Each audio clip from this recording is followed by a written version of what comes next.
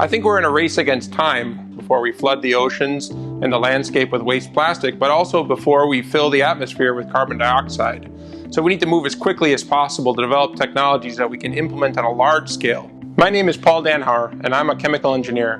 Renewable resources like grasses and trees are incredibly low cost, and there's no reason we can't manufacture all the materials we use today using the trees, grasses, and agricultural products around us. The challenge of manufacturing sustainable materials is we're competing with fossil fuel technologies that have been around for a century, and the technologies to manufacture materials from petroleum and natural gas are incredibly efficient, which is why they're low cost. So if we're going to manufacture new materials from biomass that are sustainable, they have to be as good as the current fossil fuel derived materials. But also they need to have additional functionality, so we need to build into them things like biodegradability or recyclability.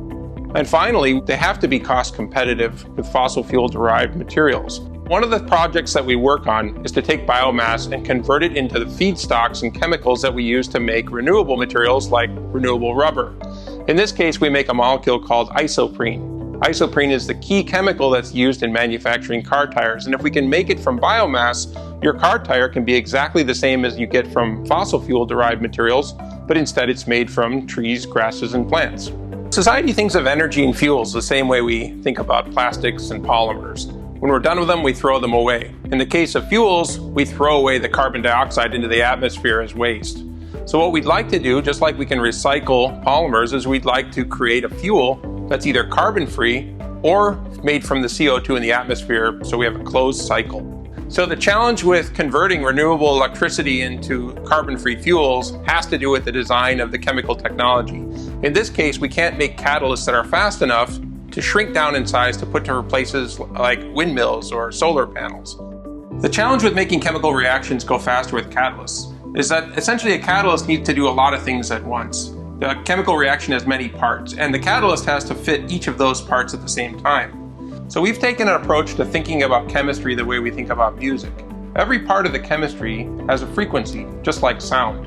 And if we find the right sounds or the right frequencies of music, we can actually resonate those frequencies and speed them up thousands of times. This lets us make smaller, faster reactors that we can use in places where we need to generate carbon-free fuels from renewable solar or wind power. The benefit of these carbon-free fuels made from renewable power is that they can be stored indefinitely. We can keep them and use them when we need them. And when we use them, we only emit things like air or water, which are already in the atmosphere. So I think we could build an entirely new infrastructure of renewable materials that are both sustainable, but also drive local economies.